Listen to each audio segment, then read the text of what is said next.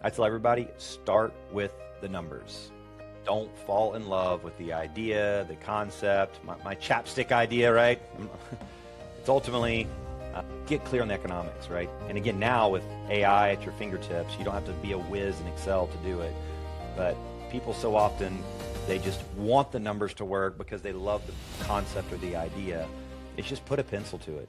Welcome to Do Small Business Like a Big Boss, where we explore the real stories, hard-earned lessons, and game-changing strategies of entrepreneurs who've moved beyond the side hustle and built businesses that scale with confidence. This show is proudly sponsored by Project Icon. I'm your host, Aisha Jorge Massengill, your small business legal guide. Let's dive in. Hey bosses, welcome to the latest edition of Do Small Business Like a Big Boss. I am your host, Aisha Jorge Massengill, your small business legal guide. And today I'm excited to welcome Brad Stevens to the show. Brad is currently the founder and CEO of Outsource Access and a number of other organizations that he's going to tell us about in a little bit. It's an offshore virtual services firm that he's grown to 500 plus employees in just about 4.5 years, with the target of doubling that in the near future. In 2021, Outsource Access was the only outsourcing company to receive the Inc. magazine's Best in Business Award for firms making the biggest impact on their communities, industries, and the environment. Welcome, Brad. Oh, thank you so much. I was mid-coffee to get my energy dialed in to bring the heat here. But Bring the heat.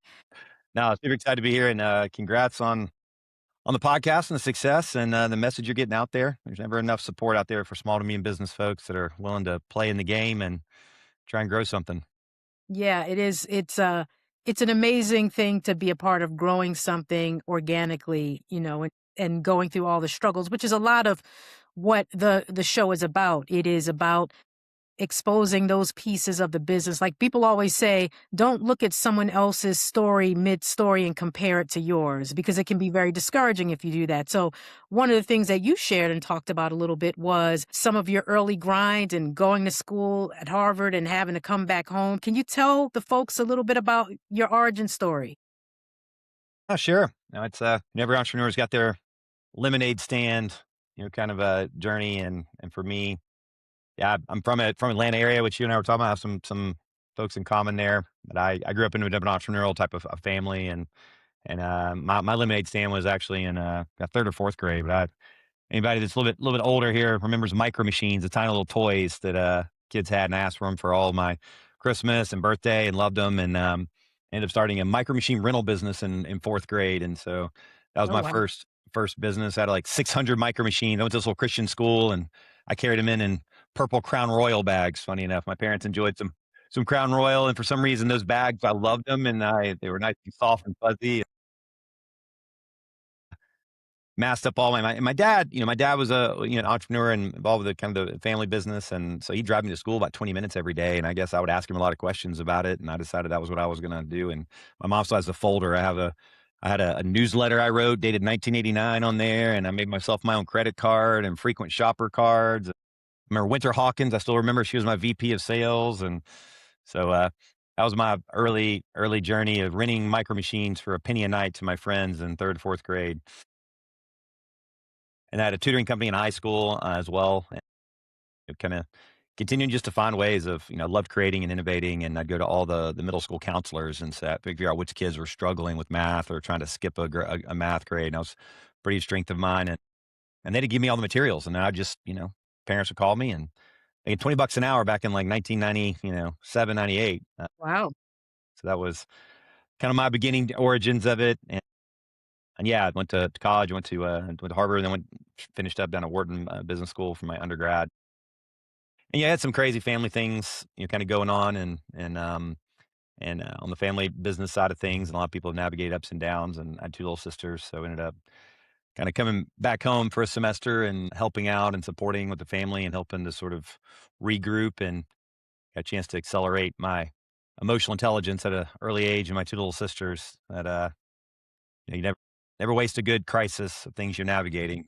It set a foundation of resilience and having to navigate some challenging life things at an earlier age that I'd never trade. And so that was kind of a initial challenge navigated in college, but finished graduating and was actually going to work for an investment bank here in Atlanta to kind of make some money and pay off some school loans. And they ended up going under right before I was supposed to start. And so about 2 weeks before I was supposed to start for this investment bank in Atlanta, and already had an apartment picked out with another guy. We were both going to be living in Buckhead, and yeah, they ended up going under in the technology space, and so I had some other offers. But that was a big fork in the road for me. I could either take some other offers I had with some other companies, or go ahead and start my entrepreneurial career. And so I took that second path and tucked my tail, moved back in with my parents down in Fayette County, and I started my first business actually with my great uncle in the pharmaceutical space. And so since then, it's been a string of companies over the last 25 plus years, living in the entrepreneurial world for better or worse. Has its pros and cons for sure.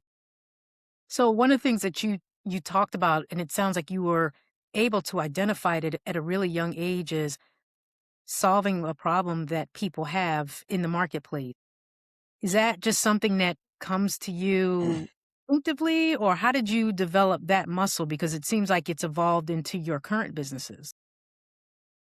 Yeah, I mean, I think, well, most all males all the time are always trying to solve everybody's problems, right? As my spouse tells me all the time, right? Don't solve my problems, just listen, right?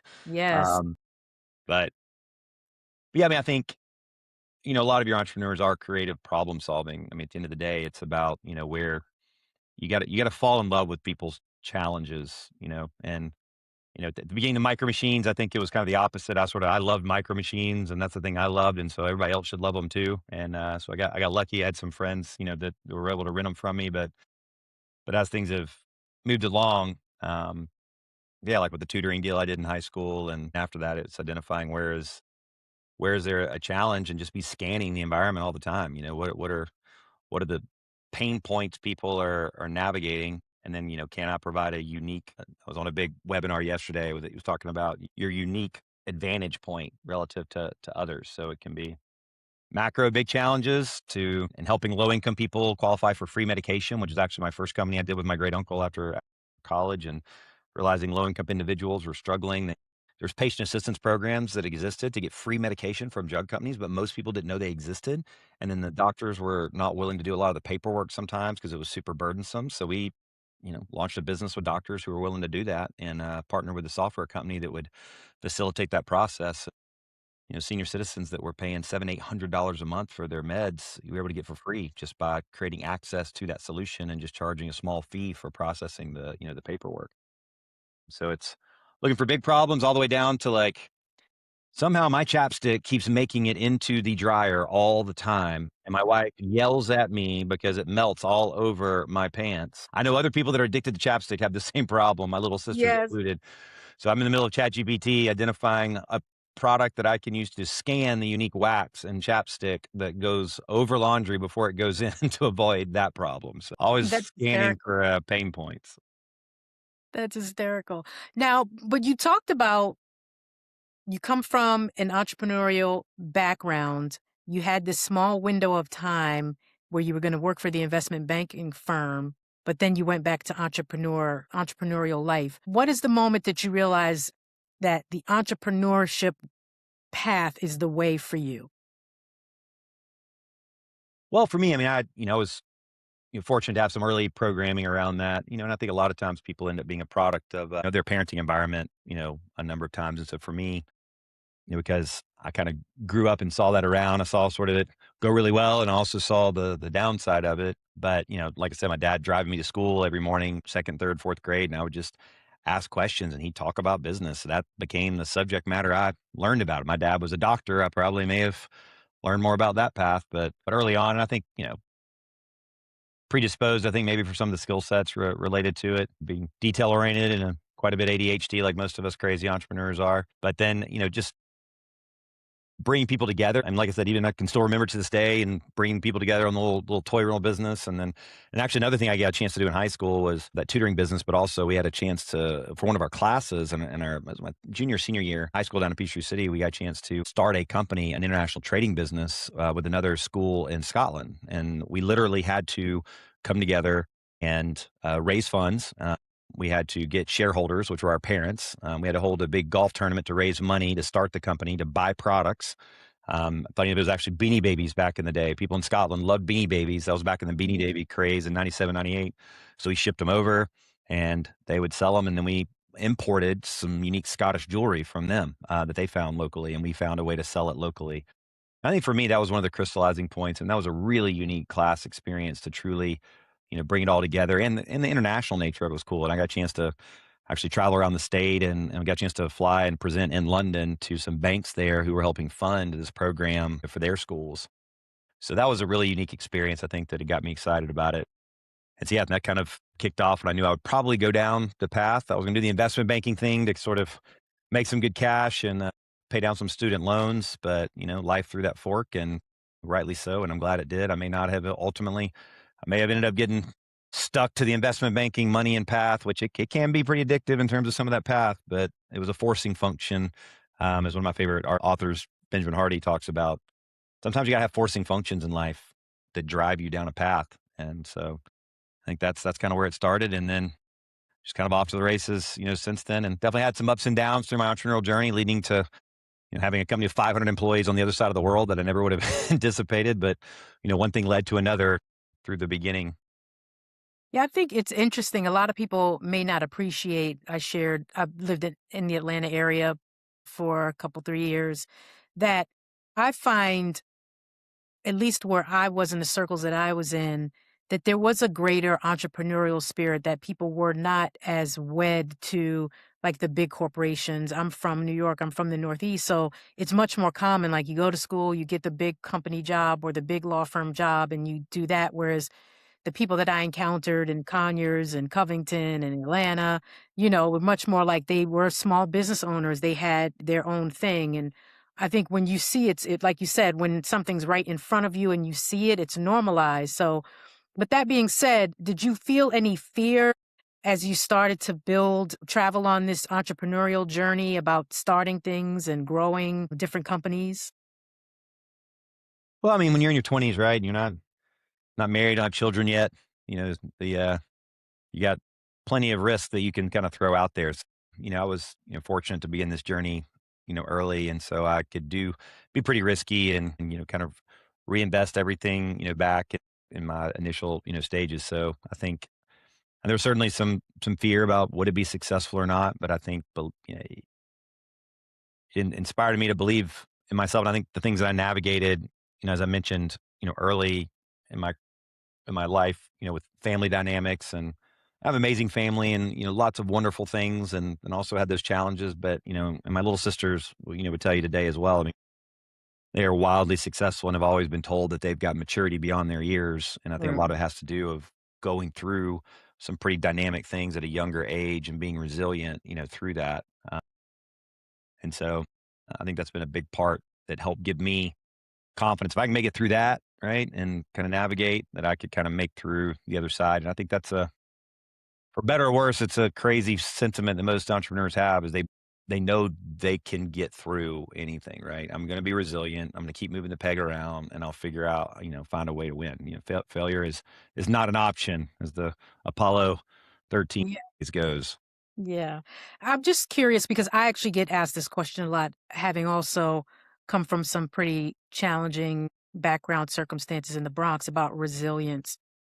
I can imagine. If you had to give advice about how to build resilience, what is there something that you could help folks anchor to how they can build that muscle? Because I don't always know how to explain it to folks.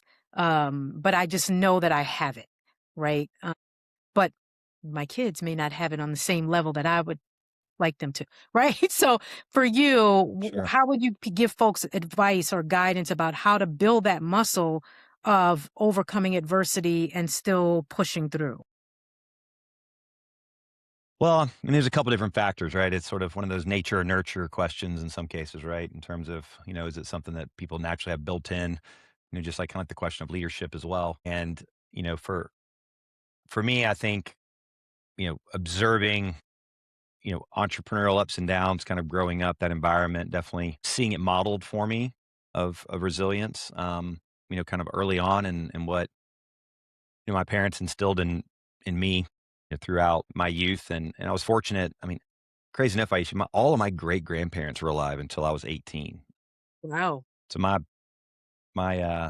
parents, got cracking early, had me at like 19, 20 years old. And so I was fortunate enough to have a lot of just, really positive influences of hard work and discipline around me and family that showed up for things, around me. So I think that, you know, subconsciously, had an impact for me. And when things kind of went sideways on the family business side of things and just seeing both my mom and my dad, and they're willing what they had to do. They did what they had to do, right, to get Mhm. through. There was no give up. There was no right. It's just you got to do, and you got to hunker down, and so it sort of became an unspoken core value. I think that was established, early on of having that around me, so that I could observe it and see it around me, and I'd say for those that maybe don't have the family that around them in that capacity. And this is something I didn't, learn to my early 30s, as we were talking about earlier, is you can create your own circle of influence. Like Jim Collins talks about, having the board. John Maxwell talks a lot about it. But I joined an organization called EO, Entrepreneurs Organization, in my early 30s, and it's a people, fellow crazy nut entrepreneurs like yourself that you don't. Sometimes you can't find that connection in family or friends that understand what it's like to max out credit cards to make payroll, and Mhm. so being in that group, I started meeting, and so now I've done, I calculate like 800 hours for the last 15 years with my entrepreneurs organization group. It's a mastermind group, and for 4 hours every single month for 15 years, I have met with 7, 8 other people that we have an agenda-driven meeting, and we, present on what we're navigating across personal, family, and business. And so that's a more formal organization. There's tons of great organizations out there. I'm a part of YPO now as well. Once we kind of grew and got to our side, you know, don't go at it alone, right? Resilience on your own, and even the most driven, disciplined individuals, if you're living it on your own, it's a tough place to be, and tough to make it through. But try and find yourself. And now with all the different access people have with social and social groups and otherwise, surround yourself with the right kind of people. They're there to lift you up, and you're on the journey together. Yeah, I think a lot of it starts with a decision that I'm going to drive for the outcome that I desire despite the circumstance. So it is, I had to have a conversation with one of my siblings once, and I said, listen, we got dealt a bad hand, but like that only works for so long as your excuse. At some point you make the decision to go forward, and for me sometimes it's like different grounding activities, like whether it be working out or reading or cleaning my kitchen. I always joke, I give advice for a living, and then I send people off and I never know, did it work, did it not work? I guess if it really blows up nasty, they come back and they blame me. But when I clean my kitchen, there's a beginning, middle, and end, and I can see like the fruits of my labor. And sometimes if I'm struggling, like I go back to the grounding activity to make me say like, hey, this is something I completed. Or at the end of a day, I'm like, there's one more thing I want to get done so I can feel like I accomplished it and I can close the book on the day. So it's like making that decision that, my outcome is going to be better than the circumstance, and then finding that grounding activity that keeps you centered. Whatever that is for you, I think helps drive and propel you forward. That's just one lady's thoughts about it. All right. Let's talk about outsource access. I want to hear, because just looking at your site and reading up on you, it seemed like it was born out of a pretty difficult circumstance with another business that was happening, and you ultimately pivoted to solving this problem with overseas labor. So how did you tell us the story about how you came to outsource access? Sure. I mean, it's like a lot of entrepreneurial journeys. Kind of one thing stumbled across another, and there's no. So one of my favorite things about Jim Collins, one of his concepts is, this concept of return on luck, right? When he studies a lot of the companies over time, and a lot of people don't realize, if you go to jimcollins.com and you click on concepts, he actually has this thing called the map, which takes all the best practices for all his 7 books and puts it into this one tight framework. In his book Good to Great, studying people over time and all these companies over 40 years, independent of industry, independent of economic environment, right? Nobody had necessarily, good luck or bad luck, right? It's just being positioned and proactive when those things happen, so that you can take advantage of your circumstances, whether it's good or bad, right? People that were positioned in certain ways when COVID hit, right? Were able to, was COVID good luck or bad luck, right? For some, bad, some good, depending on how you're positioned. But yeah, for me, We were talking about I got my book kind of releasing in a couple of months here and called Automate and Delegate. And everybody that knows me, that's sort of always been a theme. I'm always about when I was asking ChatGPT about themes of my blog and book and so forth, it's like maximizing human potential, right? It's sort of what I've always pursued myself and others and certainly fall short, but try. So each of my businesses, along the way, my first company in the pharmaceutical space, and then ended up leading to another company in the nutritional product space, um, and then from that, ended up starting a business in the teeth whitening space. And believe it or not, there's actually a logical link between all of those. So my last company, were manufacturing distributed teeth whitening products globally for the dental industry and the beauty industry. We had professional whitening systems that we sold, and then lower strengths ones that spas or salons could offer, and then retail products. And one of our products that we had was a retail product. It was called our Chick Flick pen. It was a little double-sided pen. It was red in the middle, bright shiny red. It had a little switch in it, had LED lights, and on one side it had lip gloss. It was actually lip gloss, lip plumper, and then the other side was teeth whitening gel you could brush on your teeth, and then lips to kind of brighten them up. And it was one of our many products we sold, but it had kind of a runaway success. Women loved it, whitening their teeth, their lips, and also the little mini LED lights in it kind of served as like a little flashlight. And we had a lot of success with this, even outside of our dental offices. And actually, we had a celebrity that was on the cover of Us Weekly magazine holding this pen. Mm.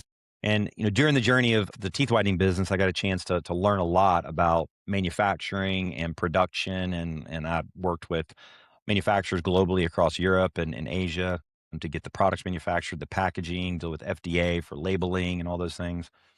And there's a manufacturer in Taiwan that we were using to make this product, fully certified. And again, this is a lesson to all entrepreneurs out there. You can do your best effort on choosing vendors. They were ISO certified and so forth, and they produce products from the top cosmetic manufacturers in the world. After which produced a lot of this product with them, but the next batch that they had shipped us, one of the suppliers changed the bioadhesive glue that held the brush on the end that the teeth whitening gel side goes into, right? And it's hydrogen peroxide and teeth whitening gel. And so, we always told the manufacturer, like, look, if you change anything in this, you have to let us know because we have to test it with the hydrogen peroxide. Well, one of the suppliers of that glue changed it, didn't tell us, and they would manufacture the pen, fill the lip gloss side, then ship it to our whitening gel manufacturer in California that would fill the whitening gel portion, package it up, ship it out to customers. And it wouldn't happen immediately, but because of that change, and they didn't tell us, after about 30 days, it would start building up gas. And then they would crack or almost explode. So basically, we sent, several thousand, 10,000 plus little mini grenades globally. And we were selling about 18 countries at that point. And that was the batch that we sent to all the beauty bloggers and everyone, because this is going to be a really maybe successful product on its own. And it was a disaster. Oozing in people's purses, it was cracking all over the place. And it was at that time that a friend of mine, actually a husband, one of my wife's friends, we went to dinner and he told me about, this offshore website he was using called Elance, where you could find people offshore to do things lower cost. And my cash was hemorrhaging at that point. And so I learned about Elance and Odesk, which now became Upwork and Fiverr. And I just basically learned about the whole global work environment and where you can find people and what they're capable of and what they could do and how cost effective it was. And it's what helped me save that company. I went back to my team. I'm like, hey, we're going to dive into this whole world rapidly and we're going to make our dollars stretch so we can get on the other side of it. And it helped me save that business. And so we ended up selling that business to our manufacturer. And so I had this knowledge base now of like how to find offshore talent. This was about 10 years ago. Where can you find them? What are they capable of? It's kind of like a lot of how AI is today, right? We know it exists, but the creativity of how do you use them? And and so I got asked to speak for tons of organizations globally on this, and I developed a 3-hour workshop called Redefining How You Scale with Offshore Talent, and I would share examples. And I kept getting encouraged, actually, by my forum, my EO group I'm in, like, Brad, why don't you launch your own company? And so based on that encouragement, I got a chance to do that. And so in 2019, we launched Outsource Access, and with a full commitment to like make offshore talent, accessible and sustainable for small to medium business. And as you know, we're talking about everything from law firms to manufacturers to marketing agencies, 85 different industries that we serve. And I chose the Philippines. A lot of people that may be listening, they kind of group all of Southeast Asia together and so forth. But the Philippines was controlled by the United States until, around 1950 or so, 1947. So it's completely Americanized, completely English speaking. And a lot of people, you've gotten customer service, you speak with people in the Philippines. But there's a whole other level of higher talent folks there as well. And the very first girl I hired off a job board in the Philippines at 22 years old, she had never worked for anybody except for one other employer. She became my chief operating officer over 500 people in 4.5 years. And it just showed me the level. And then we hired another and another and another, and realized if you attract the right people, you treat them well, you compensate them well. We have our own magazine in the Philippines. We have our own kind of a YouTube TV show. We celebrate our employees, that you can create a really great experience, to attract the right talent that then translates into an amazing experience for our clients.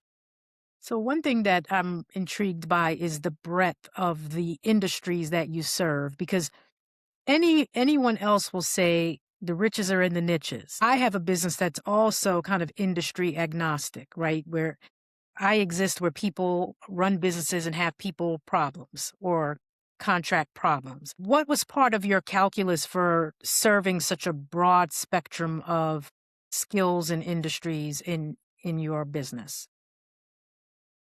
Well, for us, it was honestly, as I mentioned, I launched this company in 2019, right before COVID, and we because of all the speaking and thought leadership that I'd done. That's a whole nother topic I would highly recommend to everybody out there. Um, that made a huge difference with the following and engagement. Once I decided to launch, I mean, we had a pretty good following because everybody kept asking me to, you know, start my own operation. So we were around 80 or 90 people by the end of 2019. But then COVID hit, right? And I saw it wipe out certain industries, right? I mean, funny enough, I got a chance to speak at a global real estate conference in DC in 2019. And we actually still service a lot of people in commercial and residential real estate. But, what happened in that capacity during COVID, right? People couldn't tour buildings and so forth. So, we chose to basically just provide a very high quality experience. I got fully incorporated in the Philippines. We hire everybody's full time employees. We pay their health insurance. We pay their benefits.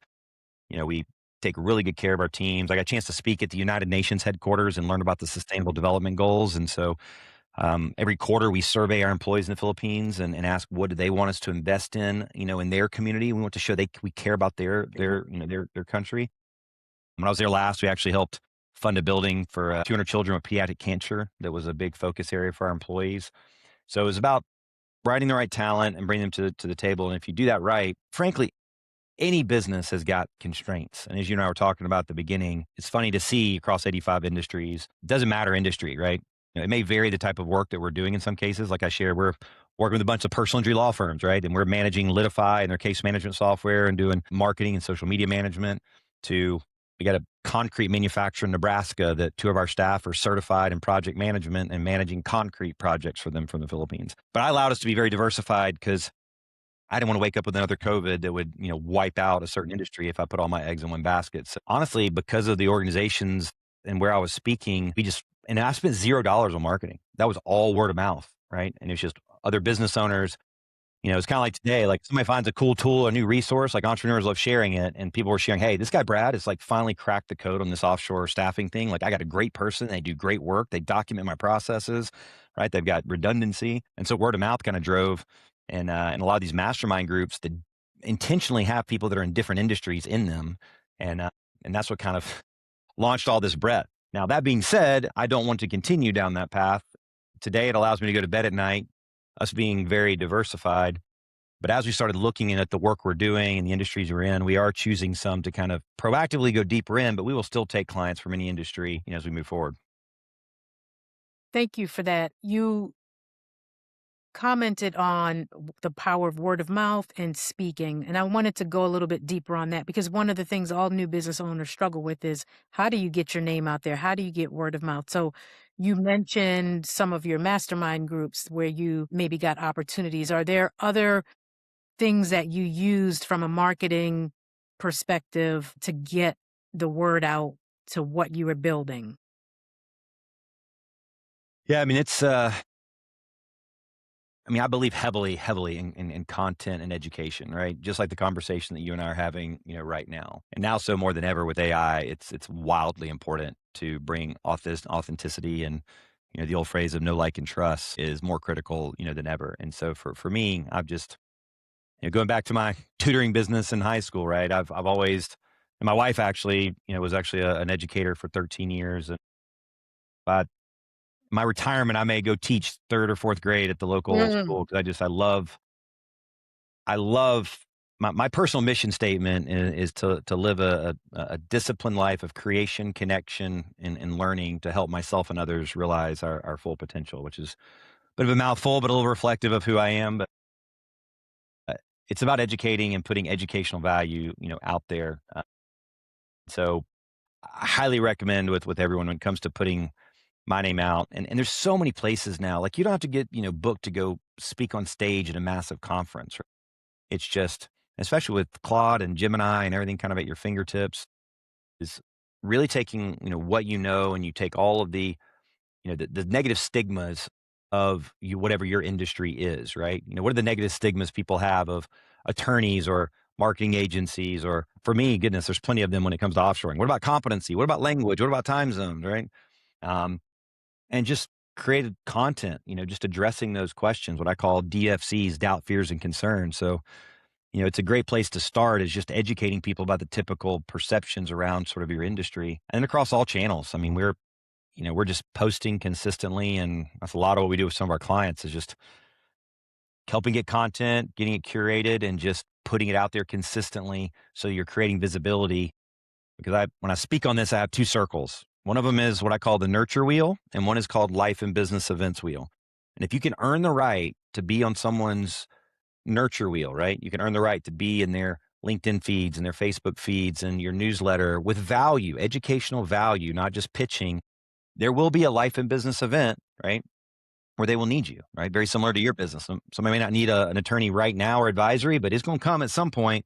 And Mhm. if you've earned the right to stay on that nurture wheel, we had a guy, I haven't talked to the guy in 10 years. I didn't even know he knew what I was doing. And all of a sudden, he shows up on my calendar.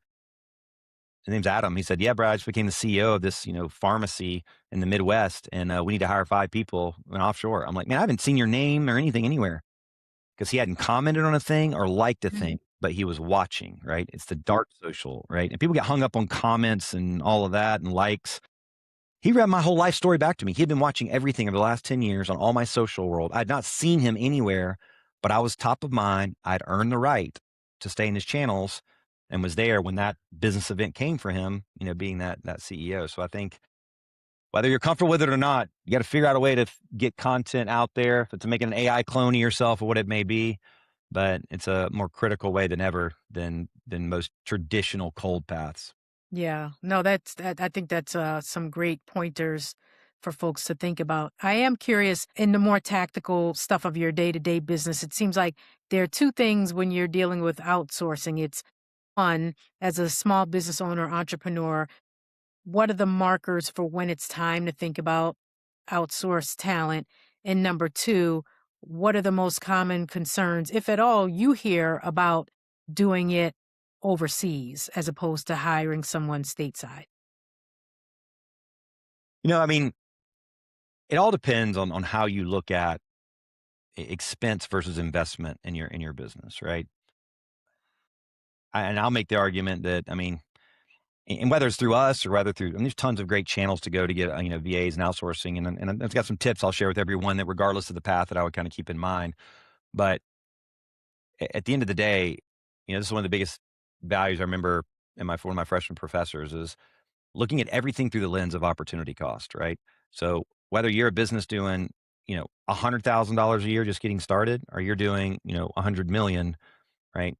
If you value the time that you can do as the owner, right? If you're in super early stage and you look at what's the value of that time of me sitting up until 2 a.m., not only value of my time, but my energy, my sanity, the impact it may be having on my family or otherwise, of me staying up till 2 a.m., futzing around with LinkedIn or on my WordPress site or whatever else, right? Or versus, okay, if I can get a virtual assistant, part time, full time, that can kind of take on those things. And I spend my time in my genius zone, right? Which is going and closing more business. And the average client is worth X amount, right? It doesn't take long to justify an ROI. And so for me, early on, I don't really even use the word expense in our business. Like literally everything from a pencil to paying $3,000 a month for HubSpot, everything's an investment and everything should have an ROI. So I would say, first of all, people have to have that mindset. That book E Myth kind of outlines it Yeah. as do you have a business or do you have a job when you kind of start growing? And beyond that mindset, it's really looking at, and then we have this 2-question exercise that we've done since the very beginning. Super simple and intuitive, but it's just simply, what are you doing that you know isn't the best use of your time or your highest value? And then how many hours per month are you spending on it? And I encourage people to really put a pencil to it, right? Because people start that process and like, yeah, I have to spend some time chasing down receivables and I got to spend some time like, editing my videos or, or chasing down, but you put a pencil to it. People are blown away every time we've done this times, right? Like they're spending 14 hours a month, right, chasing down receivables for early clients. And then the second question is, what do you want to be doing or you think you should be doing that you're not due to time, money, or knowledge, right?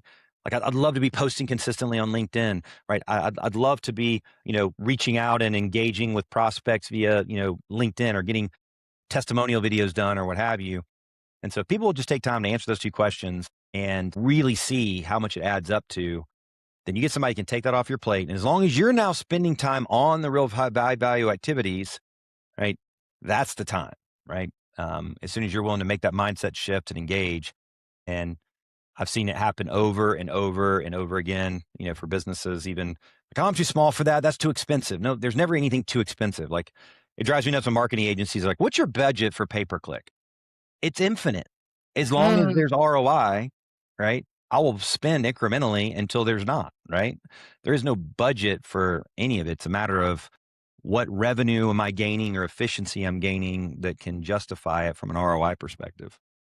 Yeah, I think that some of the ways that it's been articulated to me is if you have the right mindset for the right opportunity, you'll figure out how to find the money, right? So if it's a marketing firm and it's a really good investment and you can see the ROI and you're getting new customer flow, you'll figure out a way. The kind of the non-growth mindset is like, oh, that's just so expensive. I just don't want to spend that kind of money. But to me, it's like if you place your bets in the right places, that money comes back to you, whether it be in your time, right? How you're spending your time and being able to operate in your zone of genius. So that Gerber book never gets old because your ability to operate on your business and really stay at the big picture level and not getting, I would say, whenever I get involved with technology, I always hit a point of friction where I'm like, why am I here? And let me go get my guy who helps me to do that stuff because I have no business being over here. That's not my zone of genius. So I just would kind of echo what you've stated there. Yeah. I know.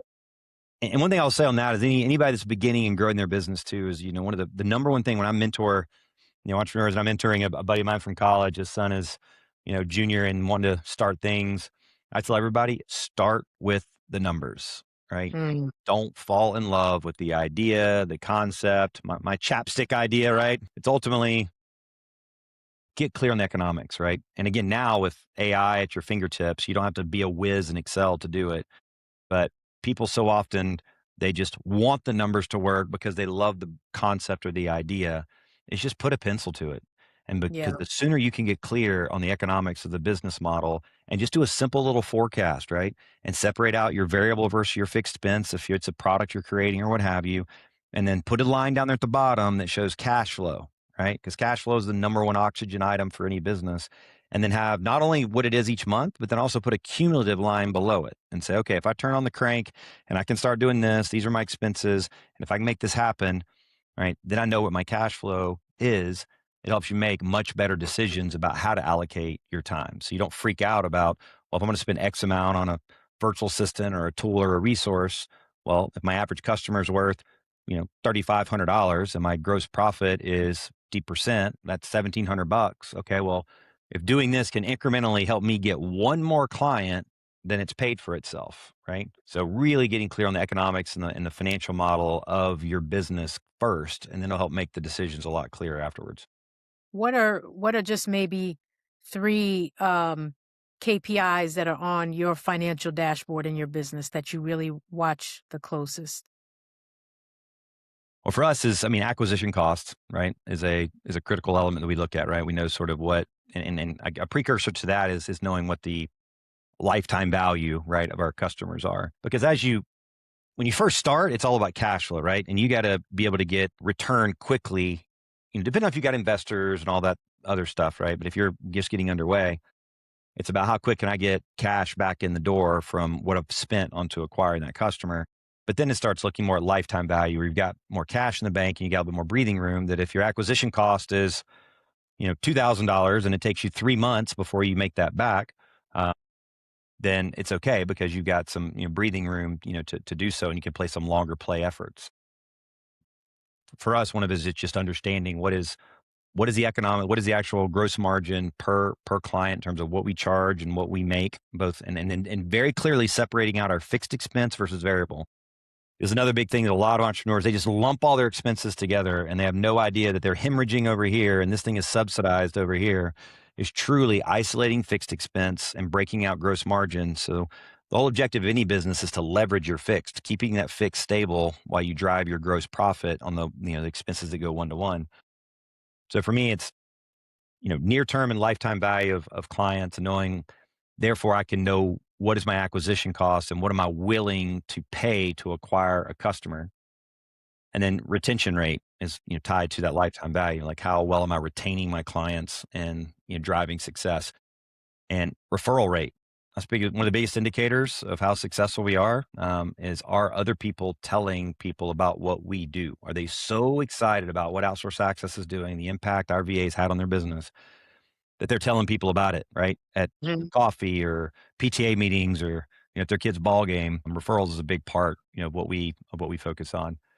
And our employee, satisfaction. As I mentioned, we have our own magazine in the Philippines called Virtual Yeah. Success. And, we showcase our employees. When I go back there, I've done 150, 200 interviews with our staff and sit down and hear about their journeys and their past in our podcast studio in the Philippines. So we're very intentional about our client, our employee satisfaction to make sure that they're happy. They feel recognized because you can do all the compensation you want and all the benefits and all the razor scooters in the office, right? But fundamentally, human beings just want to know they exist, that you recognize them, and they want to be a part of something bigger than themselves. And so I still to this day write personal welcome messages to every frontline virtual assistant in the Philippines that comes on board with us. And it gives me more energy than anything. I write a message to them, ask them about their families. I share a picture of my family. They've never seen this before, right? Especially in a country like the Philippines, and the CEO's messaging me, they think it's not real. I'm like, no, it's me, and ask them questions. But just that one activity, and there was a period of time when things kind of got crazy and I wasn't staying up with it as well. I could clearly see the cohort of employees during that period of time. We had lower retention and everything else stayed the same because I wasn't doing that personal welcome message where they felt recognized and seen from day one from me. So that's Yeah, a that key element we focus on. you cannot understate that, to be seen, heard, and valued. Because I've worked for huge companies, and everybody's like, "I want to get promoted. I want more money," and more money is important, but the glow of that, it diminishes pretty quickly. And if you're not doing meaningful work that's recognized by the folks for whom you're doing it, it gets old real fast. And then you don't retain people and they're looking for the next thing and the next thing and the next thing. So I love that idea. So pivoting in our little bit of time left, you have some big things happening at the end of next month. You've got a book drop. Tell us about your book and what it's about. Sure. Yeah, it's I've always been doing a lot of speaking, so I've always had, I guess, a personal brand, kind of website and content. So it's bradstevenstraining.com. And because I love educating and sharing and thought leadership and got podcast myself, how outsourcing AI works for small to medium business. Uh, and with outsource access and having a chance to, be at the front lines. Over the years, we've had thousands of employees. We've done 5 million hours worth of work, 85 industries, 16,000 tasks. I've got a chance to see a big cross section of what the impact of people's shift in mindset right around automating and delegating, and particularly in the world of AI that we're in right now. It's more than ever essential, and it's a for me. People have been asking me forever to write a book. There's all kinds of tactical guides and things I've done kind of over the years, but I wanted something that was timeless, right? And being a big fan of Jim Collins, I think all the Jim Collins stuff is relevant, and it will be relevant 300 years from now. The hedgehog concept, right? The first two, then what? The bullets before cannonballs, right? And so I wanted to have something timeless. And so I always thought Automate and Delegate was two kind of, contemporary or just a now, but really it's what we've been doing since the beginning of time, right? Mm. And so that's the title of the book, right? Automate and Delegate. And we're still working on the subtitle of it, but it's kind of the modern leader's guide to scaling and living in kind of what I'm calling your passion pockets, right?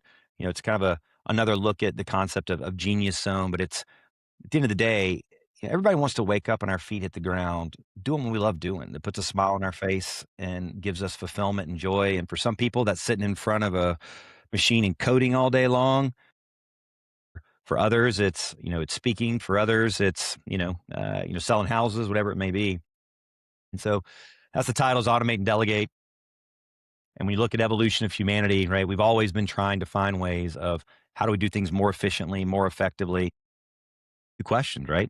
What do I want to get off of my plate, and how can Mm. I find others that can help me with that are better at it? Or is there a technology or a tool, right? The wheel was a pretty good automate delegate concept, right? When we made that transition or from horse and buggy to automobile. Mhm. Um, and so it's just around that framework and the timeless methodology of back to mindset. In the very beginning of the book, we talk about just you got to get clear on what your personal mission statement is. And I didn't do that till my mid 30s. I went on a retreat and did this exercise. And once I got clear on that, it gave me sort of a compass to focus on because what are you automating and delegating for, right? Unless you're clear about what your passion pockets are and what you love. And so that kind of is the beginning journey process and then go through the framework. And we're kind of making it timeless. There's a bunch of relevant tools right now that'll change in the future. So in the book, actually, we're pointing digitally to a bunch of the web pages that we will maintain ongoing, that we will update the latest tools on automating and delegating. And we'll have an AI agent that goes along with it that people can put their results of that 2-question exercise of things they're wanting off their plate, things they want to be doing, and it'll put through and then give them the most relevant tools and resources. One of those things may be play more guitar in my life, right? Which is actually something I personally want to do. And there's an amazing app out there called Guitar Tabs that you can use. And there's this thing called Chord Buddy that you can put on your guitar that'll help you learn how to play guitar chords. So that's automating and delegating, right? It's how do I figure out how to do things more efficiently, whether it's growing a company or learning how to play guitar when I speak to people in those different levels. And the more we can get more humanity kind of waking up, doing what they love every day, Yeah, it's adding more value to those around them and they're more happy along the way. I love it. So, Brad, I just got one more substantive question for you, and then we'll get you out of here. I ask all my guests this question. When you hear the phrase, do small business like a big boss, what does that mean to you? I'd have to say it goes back to, a concept I was sharing earlier in that it's mindset from the beginning. It's when I think of that, and again, I failed at this and horribly in the beginning as well, but it was like a treat and have you the mindset of a big business, right? I mean, I literally have a sticky note here, right? That says 10x SOPs. So that means always think about things 10x from now, right? Don't build it for the next 5 minutes, build it for scale, kind of going forward. But even though it may feel premature to do the numbers and economics, but do that, right? Just like big companies do, understand what the economics and the financial model is of the business.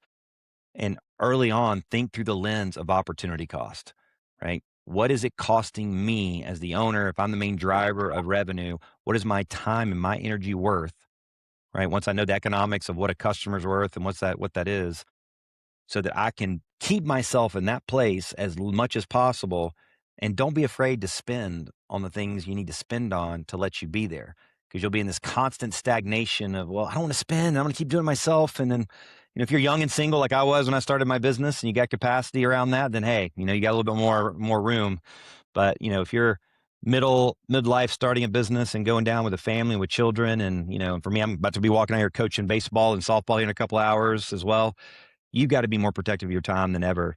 And so really look at that lens. And I'm not saying be reckless, but make calculated investments in everything early on, right? Whether it's investing in an AI tool or a product or investing in a conference that you go to, and really leverage your relationships. Another great book is Who Not How by Dan Sullivan and Ben Hardy.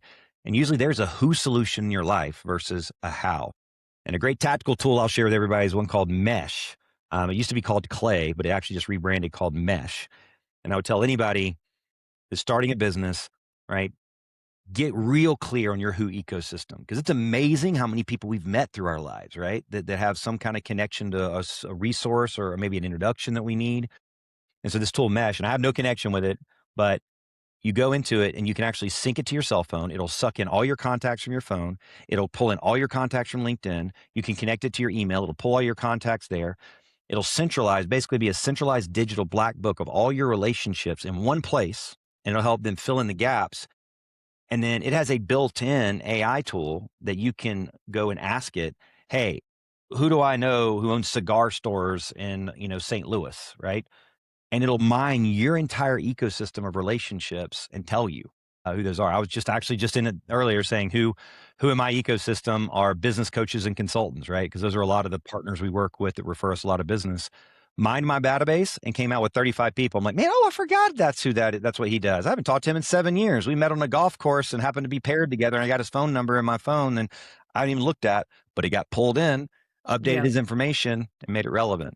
So I know it's lots of things, but that's a part of, I'm going back and early on, how can you do things cost effectively and efficiently? And your relationship and your network are a key part of that too. Excellent. Brad, where I know you're in a lot of places doing a lot of things, but what are the best spots for people to find you? Well, we'll drop the links and all the show notes stuff, and I'll share with everybody. If anybody that's listening, if you shoot an email to just tools, TOOLS, tools at outsourceaccess.com, and just put boss in the subject line. You don't have to write a message or anything at all. Just do that. You can imagine I'll have a VA, and we'll send you a whole bunch of tools and resources that I mentioned from this podcast. So just tools at outsourceaccess.com and put boss in the subject line. We'll know where it came from. And we'll send you that 2-question exercise. We'll send you a link to our podcast, just a bunch of educational content that could be helpful. But outsourceaccess.com, on LinkedIn, if you look me up at Brad Stevens, the former Celtics coach. I'm always never going to be the front page of Google. Tongue not to say that, but and then he became the GM. So exactly, I'll never be front page of Google from that. But yeah, Brad Stevens 444 or 44 is my actual profile on LinkedIn, and Instagram and Facebook, and I can find on there. And yeah, we're pushing out tons of educational content and engagement there. And yeah, happy to help and provide resources. And as a part of that resource we'll send you that 2-question exercise guide that you can take. So anybody here, whether you use AI or software or get a virtual assistant, it all starts with getting clear about what's consuming your time, what needs to come off your plate, what are the things you want to be getting to. And so if you send an email to that, we'll send you the 2-question exercise guide, a video of me walking you through how to do that. And it includes over 700 tasks that we found recurring among our clients, organized by marketing, sales, operations, admin, that's in that document as well. So you can kind of use it for reference to kind of help you begin the journey on figuring out how you're going to automate and delegate and kind of redefine how you scale. Awesome. Brad, you've been so wonderful with your time and your gems, and just really thoroughly appreciate the conversation and also the added value that you've offered to the audience. I hope you all really take advantage of this very generous offer. So thank you so much. My pleasure. Thanks for putting this message out and supporting the small and business community. That's a passion area for me, and hopefully we'll continue to inspire the next generations to continue leading the torch ahead. Awesome. Well, bosses, that's all we got for you today. Please remember to like, to rate, follow, subscribe, all the things, because if you do that, it helps this podcast grow and gets the message out for our small and upcoming businesses and entrepreneurs. And just remember, you can build that dream messy, you can build it scared, but please, whatever you do, just don't build it small. See you next time.